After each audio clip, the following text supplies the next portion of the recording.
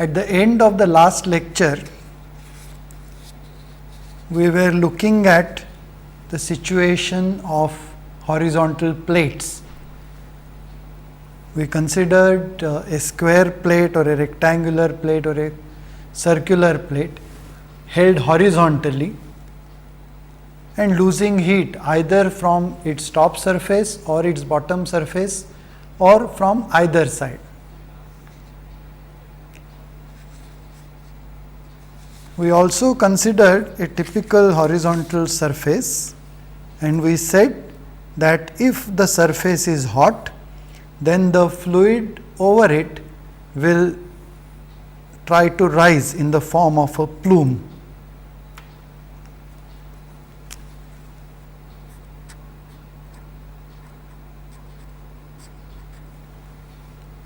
Whereas the fluid below it will tend to stick to the surface, but will try to escape from the sides.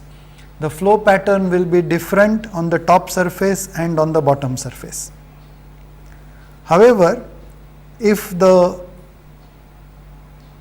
surface is cooler compared to the surroundings, then the fluid below the surface will become denser and will try to descend.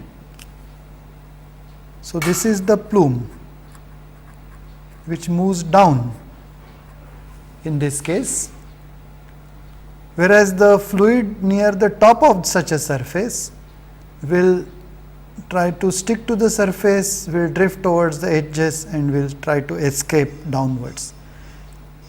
In case of a heated surface, the general tendency of fluid surrounding the surface will be for moving up. In case of a cooled surface, the general tendency of the fluid surrounding it will be to move downwards. And because of this, we should appreciate that the situation of a heated surface facing upwards will be that of a heated surface of a cold surface facing downwards. And similarly, a cold surface facing upward will have a similar flow pattern compared to a hot surface facing downwards. Consequently, we expect to see two set of correlations, one for a hot surface facing upwards and one for a hot surface facing downwards. These two situations would be applicable respectively to a cold surface facing downwards and a cold surface facing upwards.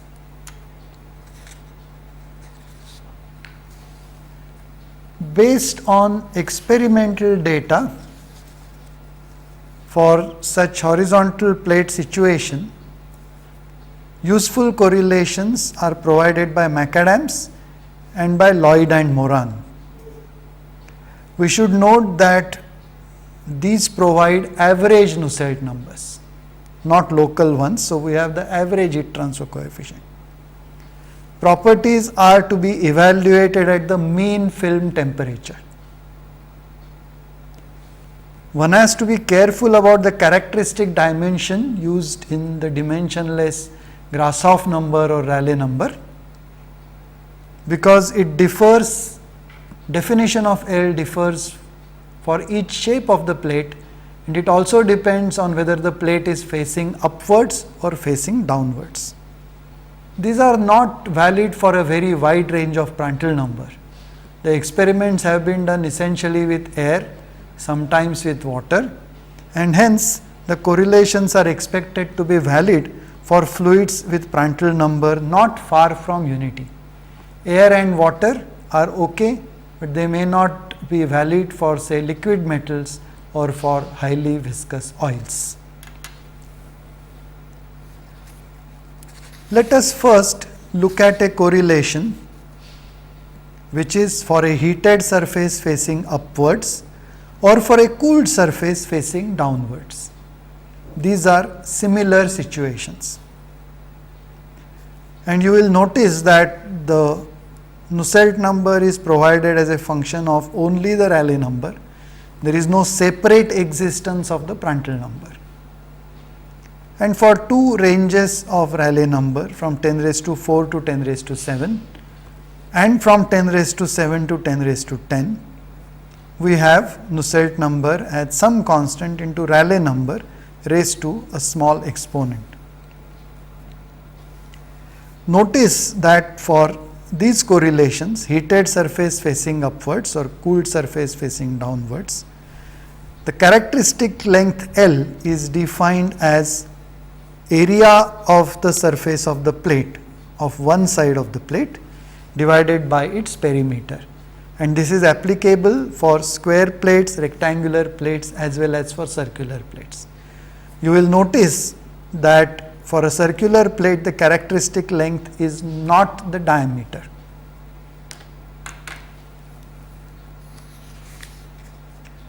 For the other situation, a hot surface facing downwards or a cold surface facing upwards, we have a single range of Rayleigh number and a simple correlation similar to the earlier ones with a different value of the constant.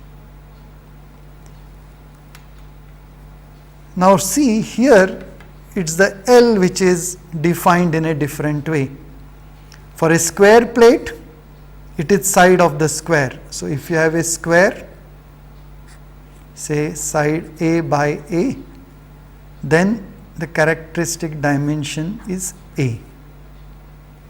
Mean of two sides for a rectangular plate. If you have a rectangular plate, A by B, then L equals A plus B by 2. And if you have a circular plate, it is 0.9 times the diameter of the circular plate.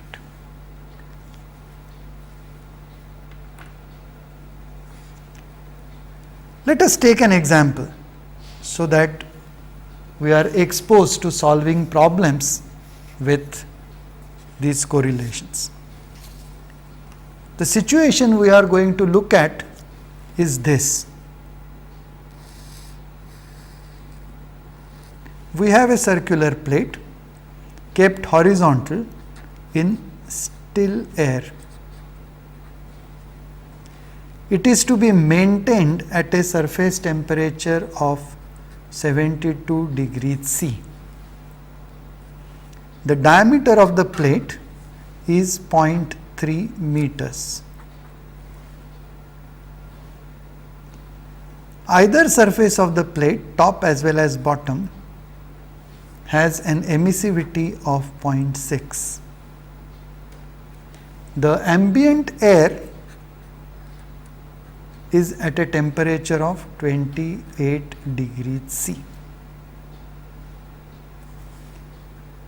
Well, the plate is at some distance from the ground,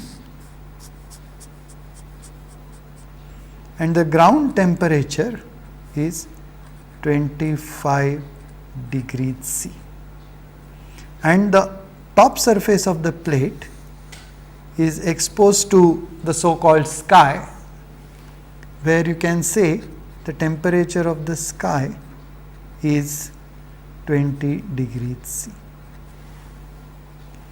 Now the tape is warmer than the surrounding temperatures, and hence it will lose heat by natural convection and by radiation. Our task is to determine what is the heat loss from the plate.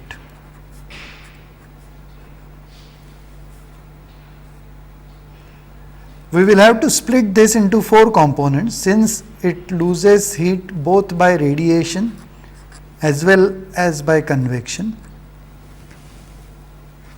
and both from the upper surface as well as from the lower surface. We can write 4 components. The total loss is from the top surface by radiation plus the bottom surface by radiation plus that from the top surface by convection plus that from the bottom surface by convection. Let us first calculate the area of the plate, which we will be needing again and again. This is pi by 4 d squared, which is pi by 4 into 0.3 squared. This turns out to be 0.070686 meters square. We'll use this again and again, so we'll calculate it once and finish it off. Let us compute the components one after another. Heat loss from the top by radiation. This will be sigma epsilon surface temperature raised to 4 minus sky temperature raised to 4 multiplied by area. This is 5.67 into 10 raised to minus 8. Epsilon is 0.6. Now the surface temperature is 72 degrees C, which is 345 Kelvin raised to 4. Sky temperature is 20 degrees C, that will be 293 Kelvin raised to 4 multiplied by area 0.070686, and this turns out to be 16.34 watt, one component. Similarly, let us calculate the heat loss from the bottom by radiation. This will again be sigma epsilon, but now T surface raised to 4 minus T ground raised to 4 multiplied by area.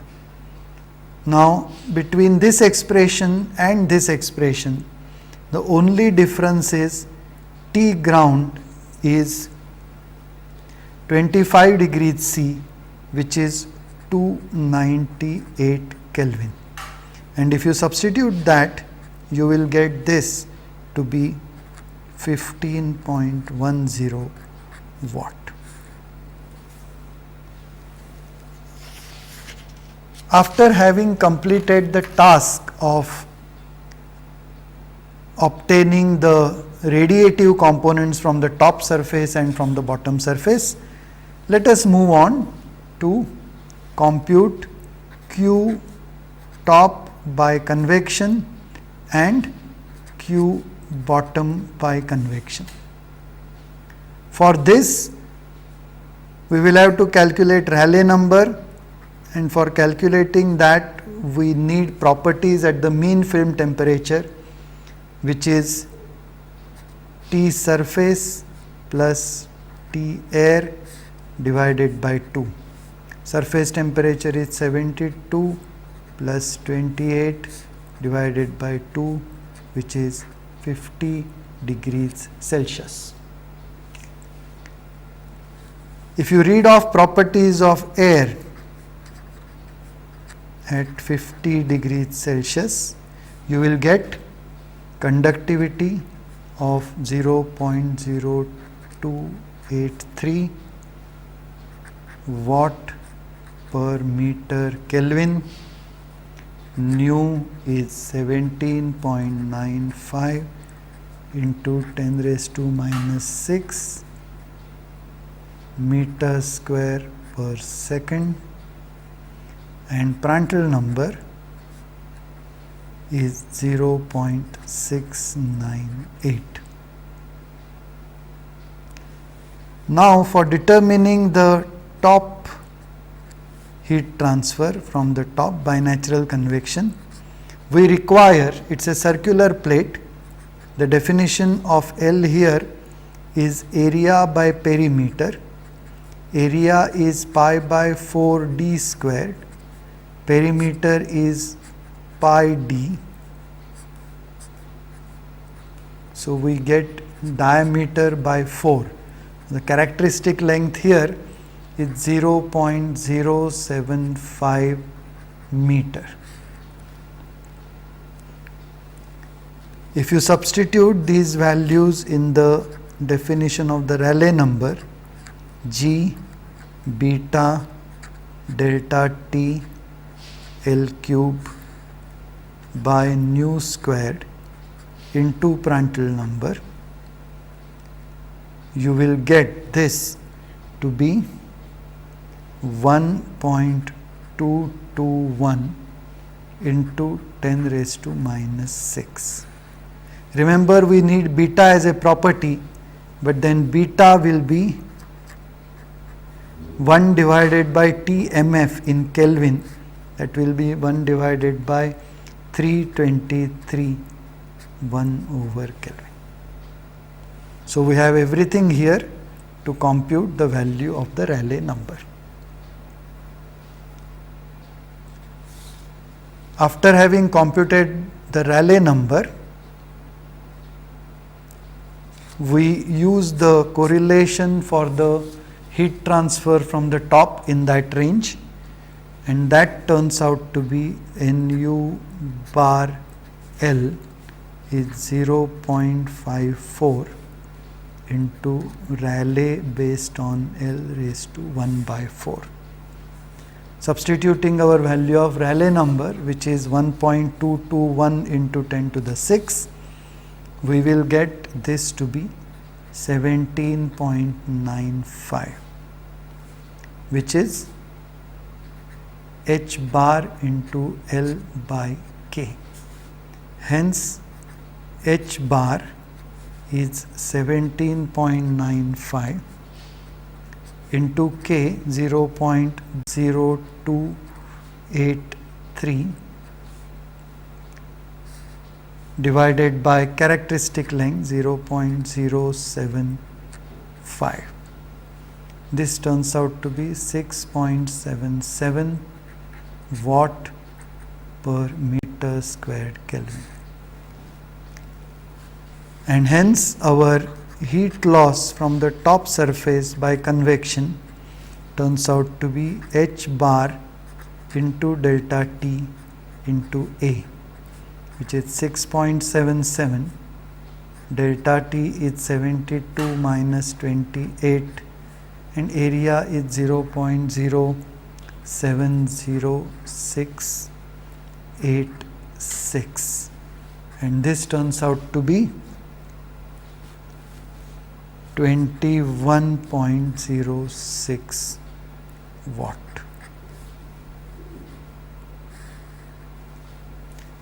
Now we need to determine Q from the bottom by convection.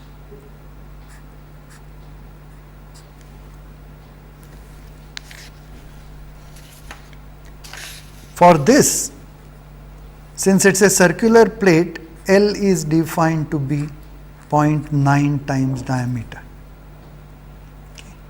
So this turns out to be 0.9 into 0.3, which is 0.27 meter. Notice that this is significantly different from that for the upper surface.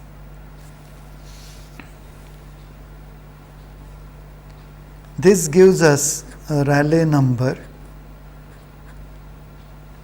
to be 5.69 into 10 raised to 7. It is different because the characteristic length is different. All other components of the Rayleigh number remain the same.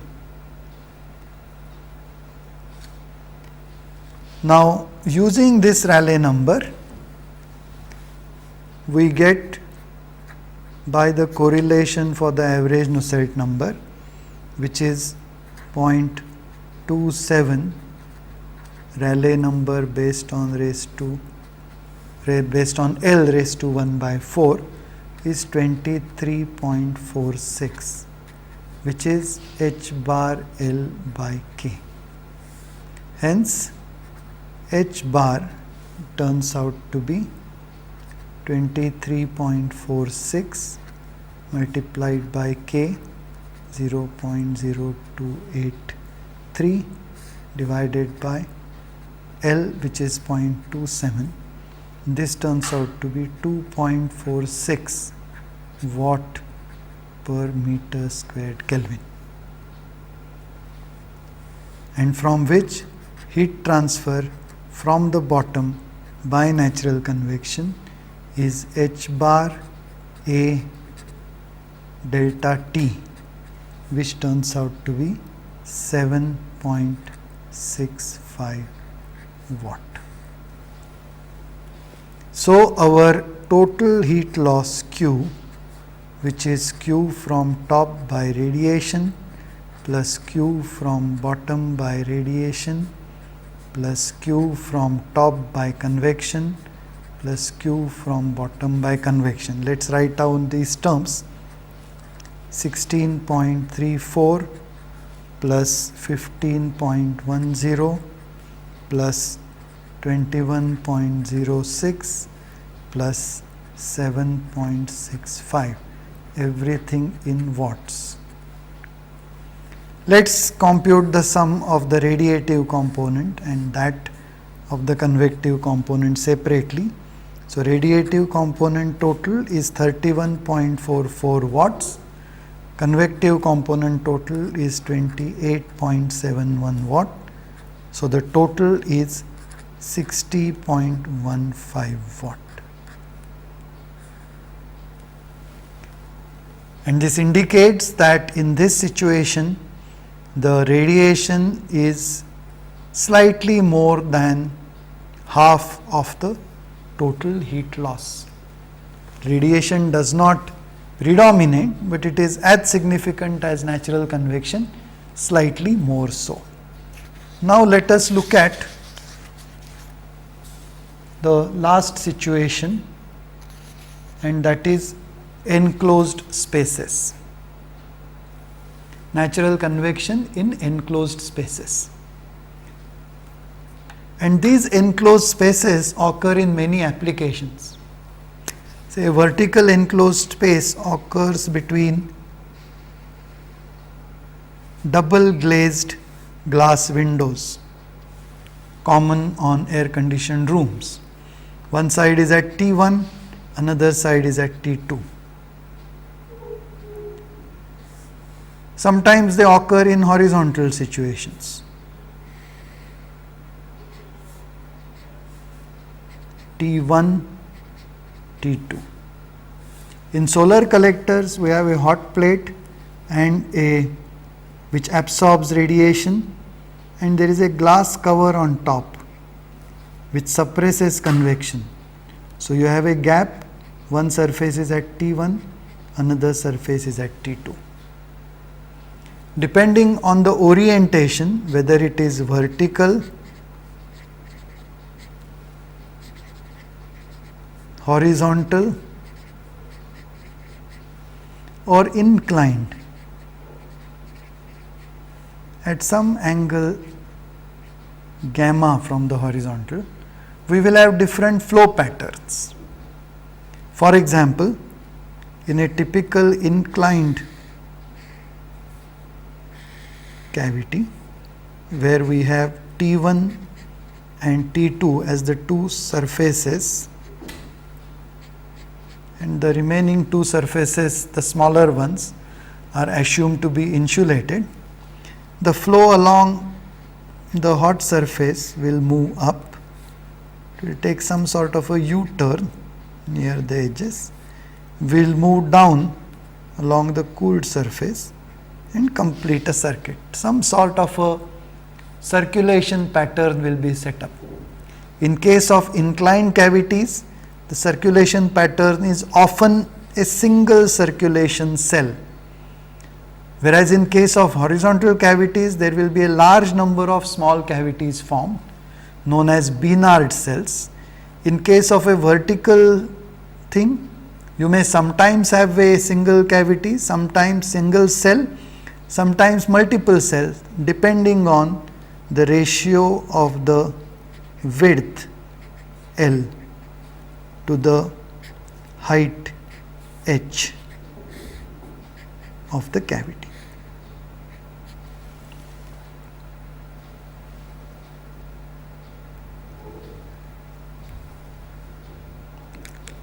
This situation is a very common situation in solar collectors, double glazed windows, and a number of applications of interest in industry. And hence it's a situation which is reasonably well studied both experimentally and analytically. Correlations are available for long cavities where the ratio of H by L is large, a cavity which does not look like a square but looks like a long rectangle.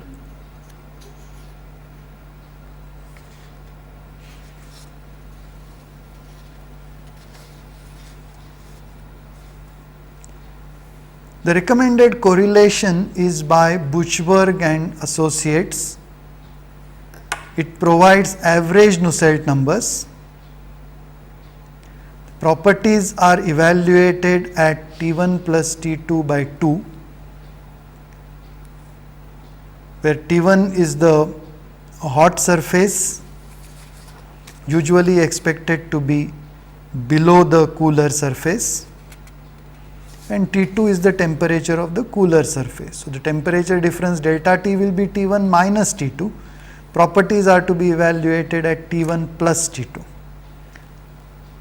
It is valid for long cavity, that is H by L greater than 12, greater than or equal to 12. Since the data is essentially with air, it is expected that these are valid for Prandtl number near unity for air or for water. One correlation is valid for horizontal cavity and cavities inclined at approximately 67 degrees to 70 degrees. That is the range of the inclination of the Buchberg correlation. This upper limit of inclination is 67 degrees if H by L is 12 and 70 degrees if H by L is greater than 12. The correlation is in different ranges.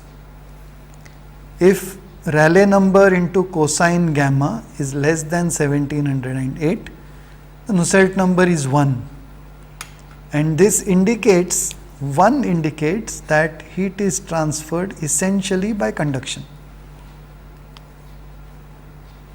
Then for different values of the parameter Rayleigh number into cosine of gamma, we have different correlations up to 5901, then up to 9.23 into 10 raised to 4 another, and up to 10 raised to 6 a third one. We will solve a problem based on this soon. For vertical cavities, there is a correlation by L. Sherbini and Associates. Again, it provides average Nusselt number for cavities with large aspect ratios. Typically, the aspect ratios are expected to be between 5 and 110. Again, Prandtl number is expected to be near unity. The range of Rayleigh number is from 10 raised to 2 to 2 into 10 raised to 7. And properties are evaluated again at the mean temperature T1 plus T2 by 2. Let's look at the correlation. Here there are 3 expressions provided for Nusselt number. Expression 1, which provides Nusselt number as a function of Rayleigh number.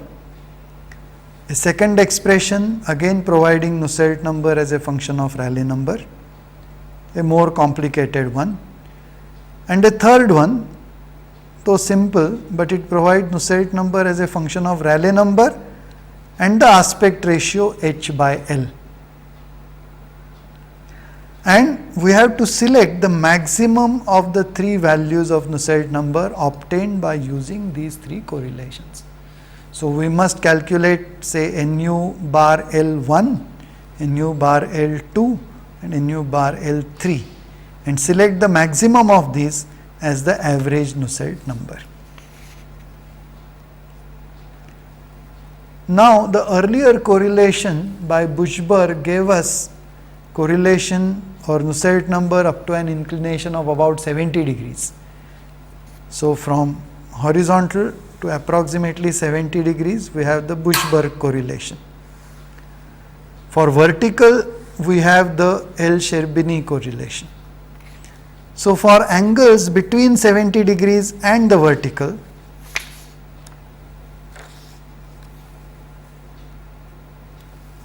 it turns out that we can use the Nusselt number determined for the vertical correlation and multiply it by the fourth root of cos alpha, where alpha is the inclination with respect to the vertical. So alpha will actually be 90 degrees minus gamma. So with this the L-Sherbini correlation and the Buchberg correlation provide us almost all cases for horizontal, inclined and vertical cavities. Let us solve an example. Let us say that we have a cavity which is part of a solar collector.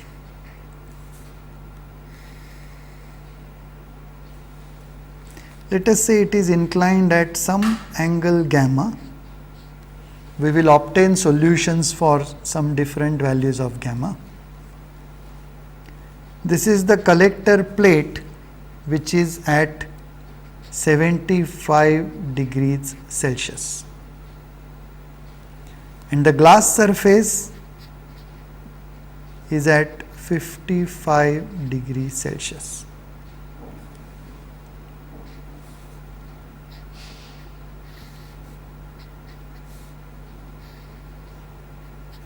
The inclined height of the collector h is 1 meter, and the gap between the absorber plate of the collector and the glass is 2.5 centimeter. The width of the collector, say perpendicular to the plane of the picture, is 2 meters. So the collector area will be 1 meter by 2 meters, 2 square meters. And we would like to determine what is the heat loss from the hot surface to the cold surface Q for different values of gamma. Let us try to cover as much of the range from 0 degrees to 90 degrees as possible. We will have to determine the mean film temperature, that is T1 plus T2 by 2, which is 65 degrees C, which is 338 K. To begin with, we will neglect radiation.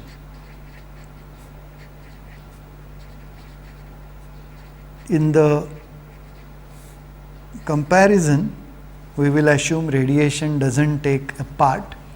However, we should notice that radiation will not be depending on the inclination of the surface. So finally, we will determine a value for the radiative component.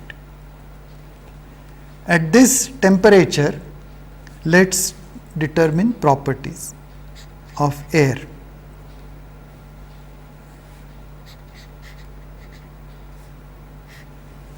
Conductivity 0.0294 watt per meter Kelvin. Prandtl number is 0.695. Kinematic viscosity 19.50 into 10 raised to minus 6 meters square per second. Beta is 1 over 338 per Kelvin.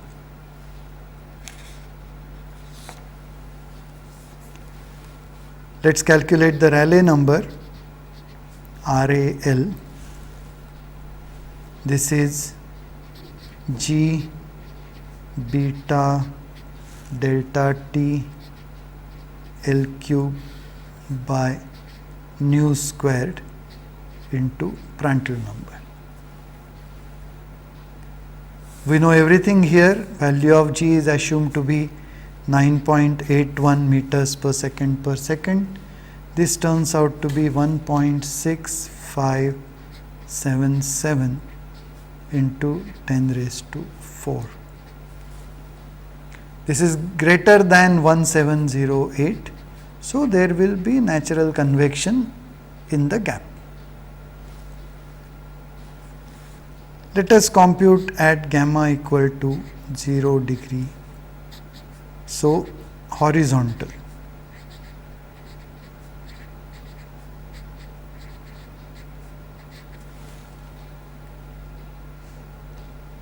In this case, Rayleigh number into cosine gamma is 1. So, this is 1.6577 into 10 raised to 4. We have a correlation for the average Nusselt number, which is 0.229 RAL cosine gamma raised to 0.252, and this turns out to be 2.649, and hence the average heat transfer coefficient, which is Nu bar L into K by L, this turns out to be 3.12 watt per meter squared Kelvin, and the heat flow rate will be H bar into A into delta T. H bar is just computed, area is 2 square meters, delta T is 75 minus 55, which is 20 degrees Celsius. This turns out to be 124.6 watt.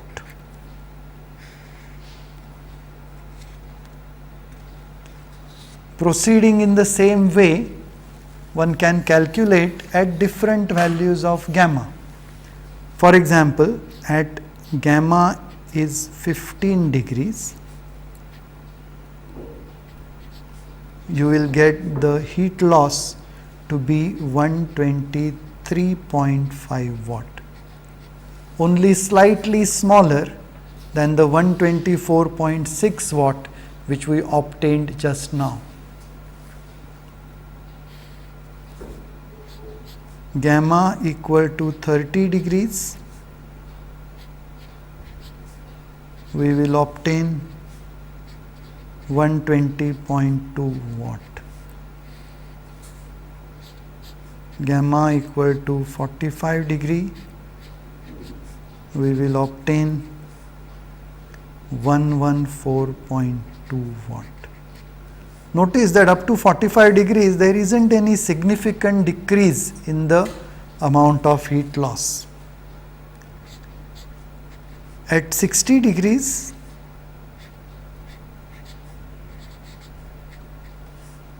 Q is 104.6 watt. Since H by L is 1 meter divided by 0.025 meters, which is 40.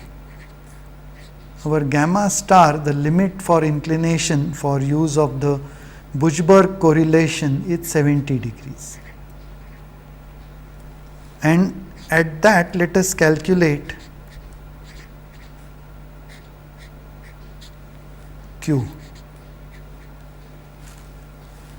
And that turns out to be 94.6 watt.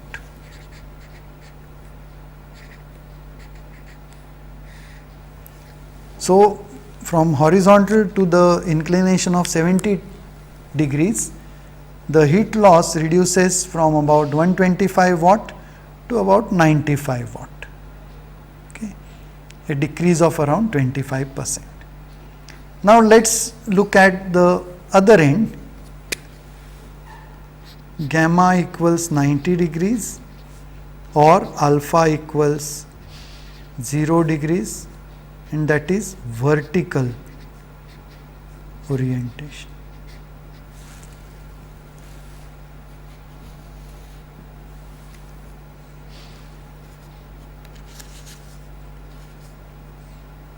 In this we have three correlations, and we have to determine the maximum of the three: nu bar L1, nu bar L2 and nu bar L3. And if you do that, you will get from the first correlation the value of the Nusselt number to be 1.542. From the second correlation, you will get 1.563, and from the third correlation you will get 1.246. We select the highest of the three. So, this is the Nusselt number, which gives us an average heat transfer coefficient of 1.83 watt per meter squared Kelvin and a heat loss of 73.5 watt. And using the inclination relation at 75 degree, which means alpha is 15 degrees, we obtain Q equal to 72.9 watt. So, if you tabulate the results, you will notice the following. We will say gamma in degrees and Q in watt. We have result for 0 degrees, 15, 30, 45, 60, 70, 75 and 90. 124.6, 123.5, 120.2, 114.2, 104.6, 94.6, 72.9 and 73.5. So, we get the highest heat loss when the cavity is horizontal, reduces to about 72, 73 watts when it is 75 degrees, increases slightly to 73.5 watts. How does this compare with radiation? Remember, in any natural convection situation, radiation plays a dominant role. So, let us assume that for the plate surface the emissivity is 1, for the glass surface also the emissivity and absorptivity are 1. For the glass surface this is a good assumption. For the plate surface this is not that good an assumption, this will typically be 0.8. However, assuming 1 will give us the highest value of radiative heat transfer. So, assuming this, our heat loss from the absorber plate to the glass surface by radiation turns out to be sigma A T1 raised to 4 minus T2 raised to 4. and this turns out to be 350 watt. Even if the emissivities were slightly lower, for example, this would be 1, if this is 0.5, even then this is 175 watt, and that means in this situation, whatever be the inclination, the radiation is going to dominate the natural convection. Now, that brings us back to the end of the study of natural convection. What we did in this set of lectures for natural convection, so we looked at natural convection as a phenomena.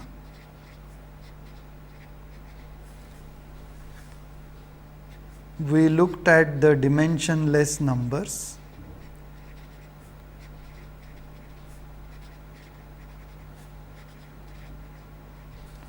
Particularly the numbers for importance for us are Grashof number and related to it the Rayleigh number. Then we looked at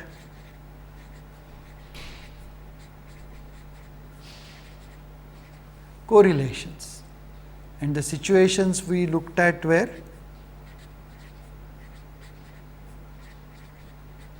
vertical plate,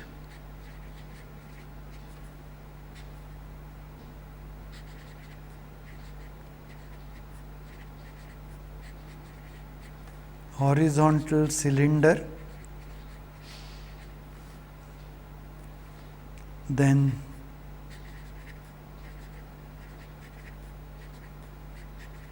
horizontal flat plates, both facing upwards as well as facing downwards, and finally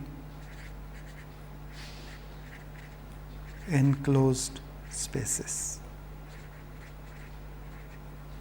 We looked at correlations and we solved problems using these correlations. We noticed that in a large number of situations of natural convection, radiation dominates. So, whenever you solve a problem in natural convection, in any situation, use the proper natural convection correlation, obtain the natural convection heat transfer, but simultaneously also compute or estimate the amount of heat transfer by radiation, because in natural convection that will play an important role. Thank you very much.